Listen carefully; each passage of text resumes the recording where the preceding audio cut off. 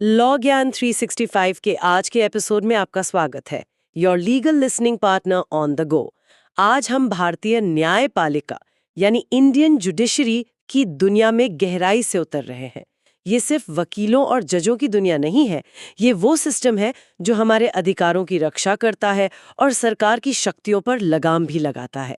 हम समझेंगे कि ये अदालतों का पिरामिड कैसे काम करता है, देश के सबसे बड़े जज कैसे चुने जाते हैं और कैसे एक जनहित याचिका नाम का टूल, जो शायद आपने सुना होगा, पूरे देश में बदलाव ला सकता है। तो चलिए इस जटिल लेकिन दिलचस्प सिस्टम को परत दर परत खोलते हैं। सबसे पहला सवाल तो यही है कि भारत की न्याय व्यवस्था का ढांचा, इसका स्ट्रक्चर कैसा है? बिल्कुल। भारत में एक बहुत ही अनोखा और शक्तिशाली इंटीग्रेटेड जुडिशियल सिस्टम है, यानी एक एकीकृत न्यायिक प्रणाली।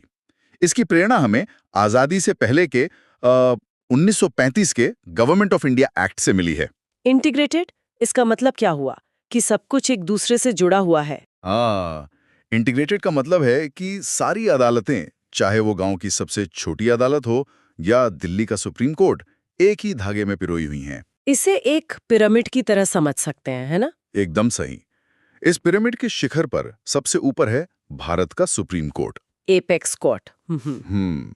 उसके नीचे हर राज्य के स्तर पर हाई कोर्ट्स हैं और फिर सबसे निचले स्तर पर जिलों में डिस्ट्रिक्ट कोर्ट्स और बाकी सबऑर्डिनेट कोर्ट्स आते हैं। और इंटीग्रेटेड होने का एक और मतलब ये भी है कि ये सभी अदालतें केंद्र और राज्य दोनों के बनाए कानूनों को लागू करती हैं। बिल्कुल। अमेरिका जैसा नहीं है, जहां फेडरल कानूनों के लिए अलग कोर्ट है और स्टेट कानूनों के लिए अलग। हमारे यहाँ एक ही सिस्टम सब कुछ देखता है। बिल्कुल। और यही इस सिस्टम की सबसे मजेदार और सबसे शक्तिशाली बात है। सुप्रीम कोर्ट ने जो कह दिया वो पत्थर की लकीर है। अच्छा। देश की हर छोटी बड़ी अदालत को वो फैसला मानना ही होगा, कोई अगर मगर नहीं। हाई कोर्ट अपने नीचे की अदालतों के फैसलों के खिलाफ अपील सुनता है और सुप्रीम कोर्ट हाई कोर्ट के फैसलों के खिलाफ। एक बिल्कुल साफ सुथरी हायरार्की है। तो चलिए इस पिरामिड के शिखर से ही शुरू करते हैं। सुप्रीम कोर्ट, ये हमारे संविधान की सबसे ताकतवर संस्थाओं में से एक है। इसकी नींव कहाँ रखी गई है? संविधान का पार्ट वी, खासतौर पे आर्टिकल 124 से 147, पूरी तरह से सुप्रीम कोर्ट को समर्पित है। ये आर्टिकल्स बताते हैं कि कोर्ट कैसे बनेगा, जज कौन होंगे, उनकी शक्तियां क्या होंगी और उनकी आज़ादी कैसे सुनिश्चित की जाएगी। और सुप्रीम कोर्ट का जज बनने के लिए क्या योग्यताएं चाहिए होती है? मतलब कोई भी बन सकता है? नहीं, बिल्कुल नहीं। आर्टिकल 124 में साफ साफ लिखा है, पहला, वो भारत का नागरिक हो, ये तो खैर बेसिक है। दूसरा, वो कम से कम 5 साल तक किसी हाई कोर्ट में जज रहा हो, या फिर अगर वो जज नहीं रहा तो कम से कम 10 साल तक किसी हाई कोर्ट में वकील रहा हो। अच्छा, तो या तो जज का अनुभव या वकालत का। हाँ, और एक तीसरी बहुत ही दिलचस्प कैटेगरी भी है। वो क्या है? कि वो राष्ट्रपति की राय में एक डिस्टिंग्विश्ड जूरिस्ट हो, यानी एक प्रतिष्ठित न्यायविद। हालांकि आज तक इस कैटेगरी से किसी को नियुक्त नहीं किया गया है। अच्छा, ये तो हो गई योग्यता की बात। लेकिन असली सवाल तो ये है कि देश के सबसे बड़े जजों को चुनता कौन है? हमने कॉलेजियम सिस्टम के बारे में बहुत सुना है और ये हमेशा विवादों में रहता है। ये सिस्टम है क्या और बना कैसे? आपने बिल्कुल सही नस पकड़ी है। ये भारतीय न्यायपालिका का सबसे चर्चित और विवादास्पद पहलू है। देखिए, संविधान में बस इतना लिखा था कि राष्ट्रपति सुप्रीम कोर्ट के जजों से परामर्श यानी कंसल्टेशन करने के बाद नियुक्ति करेंगे। सारा खेल इसी परामर्श शब्द पर हुआ। मतलब इस एक शब्द की व्याख्या ने पूरा सिस्टम बदल दिया? हाँ, बिल्कुल। शुरुआत में फर्स्ट जजेस केस में सुप्रीम कोर्ट ने कहा कि परामर्श का मतलब सिर्फ राय लेना है, उसे मानना जरूरी नहीं है। मतलब सरकार की मर्जी चलेगी? हाँ, यानी सरकार जजों की सुन तो लेगी, लेकिन करेगी अपनी मर्जी से। उस दौर में कार्यपालिका यानी सरकार का पलड़ा भारी था। लेकिन फिर ये बदला? बिल्कुल। सेकंड जजेस केस में सुप्रीम कोर्ट ने अपना ही पुराना फैसला पलट दिया। कोर्ट ने कहा कि परामर्श का मतलब सिर्फ राय लेना नहीं, बल्कि सहमति यानी कंकरेंस है। सहमति? अच्छा। और यहीं से कॉलेजियम सिस्टम का जन्म हुआ। आज की तारीख में सुप्रीम कोर्ट के कॉलेजियम में भारत के चीफ जस्टिस, सीजेआई और सुप्रीम कोर्ट के 4 सबसे सीनियर जज होते हैं। ओके। यही पैनल तय करता है कि सुप्रीम कोर्ट या हाई कोर्ट में कौन जज बनेगा। ये अपनी सिफारिश राष्ट्रपति को भेजते हैं, जिसे मानना सरकार के लिए लगभग अनिवार्य है। तो इसका मतलब ये एक अजीब सी स्थिति है जहां एक संस्था खुद को बनाए रखने के लिए अपने लोगों को खुद ही चुन रही है। जजेस अपॉइंटिंग जजेस। बिल्कुल। और यही इस सिस्टम का सबसे बड़ा वैचारिक संघर्ष है। एक तरफ है न्यायपालिका की स्वतंत्रता, जो कहती है कि जजों की नियुक्ति में सरकार का दखल नहीं होना चाहिए, वरना वो दबाव में काम करेंगे। और दूसरी तरफ है लोकतंत्र का सिद्धांत, जो कहता है कि हर संस्था जनता या उसके प्रतिनिधियों के प्रति जवाबदेह होनी चाहिए। कॉलेजियम सिस्टम पर इसीलिए अपारदर्शिता और भाई भतीजावाद के आरोप लगते हैं, क्योंकि इसकी बैठकें बंद दरवाजों के पीछे होती हैं। तो जजों को नियुक्त करना तो कॉलेजियम के हाथ में है, लेकिन क्या उन्हें हटाना भी उतना ही मुश्किल है? हटाने की प्रक्रिया तो और भी ज्यादा मुश्किल है, और ऐसा जानबूझकर किया गया है ताकि जज बिना किसी डर के काम कर सकें। सुप्रीम कोर्ट के जज 65 साल की उम्र तक अपने पद पर रहते हैं। उन्हें सिर्फ दो ही आधारों पर हटाया जा सकता है: साबित हुआ दुर्व्यवहार, मतलब प्रूव्ड मिसबिहेवियर, या अक्षमता, यानी इनकैपेसिटी। और इस प्रक्रिया को महाभियोग या इम्पीचमेंट कहते हैं ना? ये होती कैसे है? हाँ, इसके लिए पहले लोकसभा के कम से कम 100 सांसद या राज्यसभा के 50 सांसद एक प्रस्ताव पर दस्तखत करके स्पीकर या चेयरमैन को देते हैं। ओके। अगर वो इसे स्वीकार कर लें तो 3 सदस्यों की एक जांच कमेटी बनती है। इस कमेटी में सुप्रीम कोर्ट के एक जज, किसी हाई कोर्ट के चीफ जस्टिस और एक जाने माने कानून के जानकार होते हैं। मतलब जांच भी जज ही करते हैं? हाँ। और अगर कमेटी ने आरोपों को सही मान लिया तब भी काम पूरा नहीं होता। इसके बाद उस प्रस्ताव को संसद के दोनों सदनों में अलग अलग विशेष बहुमत से पास करना होता है। विशेष बहुमत? विशेष बहुमत का मतलब है सदन की कुल सदस्यता का बहुमत और उपस्थित और मतदान करने वाले सदस्यों का 2/3 बहुमत। बाप रे! ये प्रक्रिया इतनी ज्यादा कठिन है कि आज तक भारत के इतिहास में किसी भी सुप्रीम कोर्ट जज को महाभियोग से हटाया नहीं जा सका है। तो जजों को हटाना लगभग नामुमकिन है, और ये कवच उनकी आजादी के लिए जरूरी है। और इसी आजादी के दम पर सुप्रीम कोर्ट अपनी जबरदस्त शक्तियों का इस्तेमाल करता है। वो शक्तियां हैं क्या-क्या? हम सुप्रीम कोर्ट की शक्तियों को मोटे तौर पर 4 हिस्सों में बांट सकते हैं। इन्हें इसके ज्यूरिसडिक्शन या अधिकार क्षेत्र कहते हैं। पहला है ओरिजिनल ज्यूरिसडिक्शन। ओरिजिनल यानी कुछ मामले ऐसे हैं जो शुरू ही सुप्रीम कोर्ट से होते हैं। बिल्कुल। कुछ झगड़े ऐसे हैं जिनकी सुनवाई सीधे और केवल सुप्रीम कोर्ट ही कर सकता है, जैसे भारत सरकार और किसी एक या एक से ज्यादा राज्यों के बीच कोई कानूनी विवाद हो जाए। जैसे पानी के बंटवारे को लेकर झगड़े होते हैं। हाँ, मान लीजिए पानी के बंटवारे को लेकर या किसी सीमा को लेकर, या फिर 2 राज्यों के बीच आपस में कोई झगड़ा हो, ये मामले किसी हाई कोर्ट में नहीं जा सकते। ये सुप्रीम कोर्ट का एक्सक्लूसिव दायरा है। समझ गई। और दूसरा अधिकार जो शायद सबसे ज्यादा इस्तेमाल होता है, अपील सुनने का अधिकार। सही कहा, इसे कहते हैं एपेलेट ज्यूरिसडिक्शन। सुप्रीम कोर्ट हमारे देश में अपील की सबसे बड़ी अदालत है, एक तरह से आखिरी अंपायर।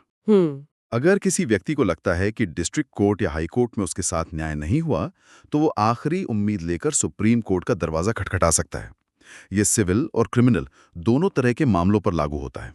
तीसरा अधिकार तो और भी अनोखा है, जिसे सलाहकार शक्ति कहते हैं। हाँ, एडवाइजरी ज्यूरिसडिक्शन। ये सुप्रीम कोर्ट की एक बहुत ही अनोखी शक्ति है। सोचिए, अगर सरकार किसी बहुत बड़े अंतर्राष्ट्रीय समझौते पर कोई फैसला लेने वाली है और उसे उसके कानूनी पहलुओं पर कोई शक है, तो राष्ट्रपति सीधे देश की सबसे बड़ी अदालत से सलाह मांग सकते हैं।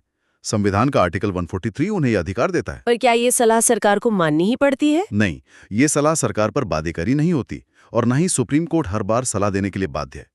ये एक तरह का कानूनी मार्गदर्शन है जो देश के सर्वोच्च पद पर बैठे व्यक्ति को उपलब्ध है। और अब आते हैं चौथी और शायद आम नागरिक के लिए सबसे जरूरी शक्ति पर, रिट ज्यूरिसडिक्शन। बिल्कुल। आर्टिकल 32 के तहत सुप्रीम कोर्ट हमारे मौलिक अधिकारों यानी फंडामेंटल राइट्स का रक्षक है। इसीलिए डॉक्टर अंबेडकर ने इस आर्टिकल को संविधान का हृदय और आत्मा कहा था। अच्छा। अगर सरकार कोई ऐसा कानून बनाती है या कोई ऐसा काम करती है जिससे आपके बोलने की आज़ादी, बराबरी के अधिकार या जीने के अधिकार का हनन होता है, तो आप सीधे सुप्रीम कोर्ट जा सकते हैं। और तब कोर्ट क्या करता है? तब कोर्ट इन अधिकारों को लागू करवाने के लिए खास तरह के आदेश जारी करता है, जिन्हें रिट्स कहते हैं। जैसे हेबियस कॉर्पस रिट, जिसका मतलब है शरीर को प्रस्तुत करो। अगर पुलिस किसी को गैर कानूनी तरीके से हिरासत में रखती है, तो कोर्ट ये रिट जारी करके उस व्यक्ति को अपने सामने पेश करने का आदेश दे सकता है। ये सीधे सीधे नागरिक की आजादी की गारंटी है। कमाल है। तो ये तो हुई पिरामिड के शिखर की बात। अब एक स्तर नीचे आते हैं। राज्यों की सबसे बड़ी अदालत हाई कोर्ट पर। हाँ, संविधान के पार्ट 6 में आर्टिकल 214 से 231 तक हाई कोर्ट के बारे में बताया गया है। सिद्धांत तो यह है कि हर राज्य का अपना एक हाई कोर्ट होगा, लेकिन संसद चाहे तो 2 या 2 से ज्यादा राज्यों के लिए एक कॉमन हाई कोर्ट भी बना सकती है। हाँ, जैसे पंजाब और हरियाणा का एक ही हाई कोर्ट चंडीगढ़ में है। बिल्कुल, और गुवाहाटी हाई कोर्ट तो 4 राज्यों को देखता है। और हाई कोर्ट के जजों की नियुक्ति और कार्यकाल में सुप्रीम कोर्ट से क्या मुख्य अंतर है? नियुक्ति का तरीका लगभग वैसा ही है, राष्ट्रपति करते हैं, लेकिन यहाँ कॉलेजियम की सिफारिश के साथ साथ राज्य के गवर्नर और उस हाई कोर्ट के चीफ जस्टिस से भी सलाह ली जाती है। ओके। सबसे बड़ा अंतर रिटायरमेंट की उम्र का है। हाई कोर्ट के जज 62 साल की उम्र में रिटायर होते हैं, जबकि सुप्रीम कोर्ट के जज 65 साल की उम्र में। अच्छा, 3 साल का फर्क है। जी, लेकिन उन्हें हटाने की प्रक्रिया उतनी ही मुश्किल है जितनी सुप्रीम कोर्ट के जजों की। वही महाभियोग। और शक्तियों के मामले में क्या रिट जारी करने की शक्ति हाई कोर्ट के पास भी है? हाँ, और यहीं पर एक बहुत ही दिलचस्प बात है। आर्टिकल 226 के तहत हाई कोर्ट भी रिट जारी कर सकता है, लेकिन रिट के मामले में हाई कोर्ट का अधिकार क्षेत्र सुप्रीम कोर्ट से भी ज्यादा बड़ा है। ये कैसे हो सकता है? सुप्रीम कोर्ट तो सबसे बड़ा है। ऐसा इसलिए क्योंकि सुप्रीम कोर्ट सिर्फ मौलिक अधिकारों के हनन पर ही रिट जारी कर सकता है। सिर्फ फंडामेंटल राइट्स। जी हाँ, जबकि हाई कोर्ट मौलिक अधिकारों के साथ साथ किसी भी और कानूनी अधिकार यानी लीगल राइट के हनन पर भी रिट जारी कर सकता है। क्या आप इसका कोई उदाहरण दे सकते हैं? जरूर।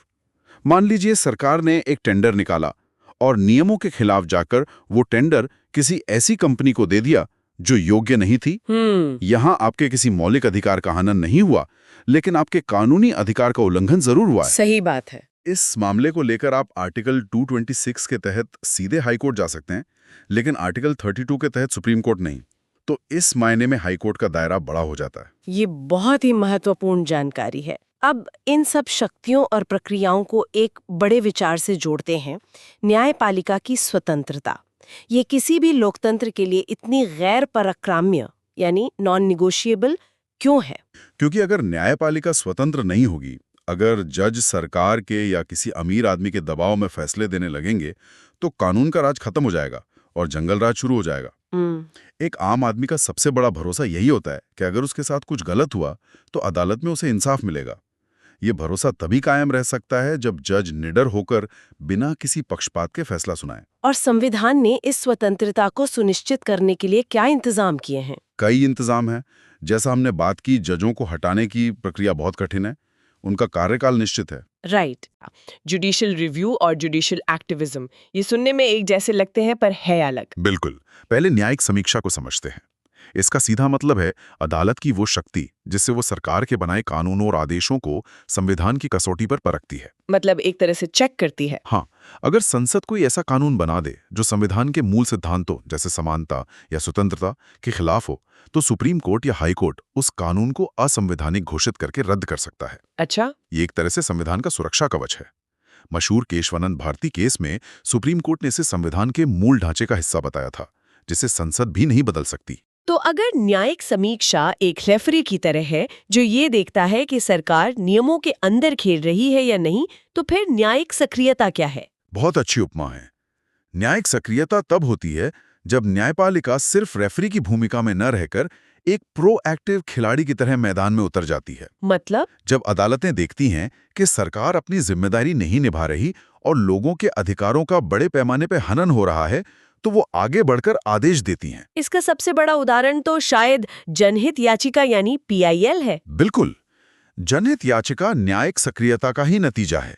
पहले नियम ये था कि जिसके अधिकार का हनन हुआ है वही अदालत जा सकता है। लेकिन PIL के जरिए अब कोई भी व्यक्ति या संस्था समाज के किसी बड़े वर्ग की समस्या को लेकर अदालत जा सकती है। इसी की वजह से दिल्ली में प्रदूषण कम करने के लिए CNG बसें चली, जेलों में बंद कैदियों को अमानवीय स्थितियों से राहत मिली और मजदूरों को उनके अधिकार मिले। इसने न्याय को आम आदमी तक पहुंचा दिया। हाँ, इसने न्याय को आम आदमी, गरीबों और वंचितों तक पहुंचा दिया। तो आज हमने देखा कि भारतीय न्यायपालिका सिर्फ कानूनों की एक सूखी किताब नहीं है, बल्कि एक जिंदा, सांस लेती हुई संस्था है जो हमारे लोकतंत्र की धड़कन को बनाए रखती है। ये संविधान की व्याख्या भी करती है और उसके संरक्षक की भूमिका भी निभाती है। हम अपने श्रोताओं के लिए एक सवाल छोड़कर जा रहे हैं। जब अदालतें पर्यावरण बचाने या शहर की प्लानिंग जैसे मुद्दों पर आदेश देने लगती हैं, तो क्या ये न्यायिक सक्रियता है या न्यायिक अतिक्रमण? यानी क्या वो सरकार के काम में दखल दे रही हैं? न्यायपालिका की स्वतंत्रता और संसद की संप्रभुता के बीच ये जो एक महीन रेखा है, इस पर विचार जरूर कीजिएगा। अगर आप और जानना चाहते हैं या आपके कोई प्रश्न है, तो कृपया नीचे कमेंट करें और नए अपडेट्स के लिए इस चैनल को लाइक, शेयर और सब्सक्राइब करें। धन्यवाद।